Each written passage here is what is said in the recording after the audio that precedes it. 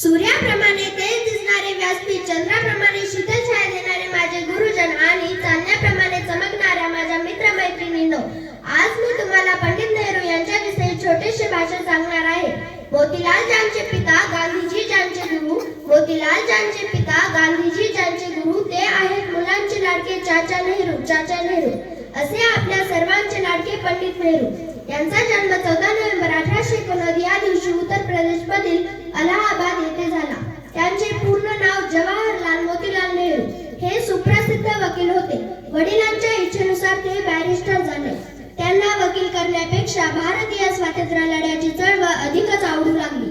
तेव्हा त्यांनी महात्मा गांधी यांच्या बरोबर भारत मातेला स्वातंत्र्य करण्यासाठी आपले योगदान दिले. अनेक लढ्यांमध्ये त्यांनी उत्साहाने भाग घेतला.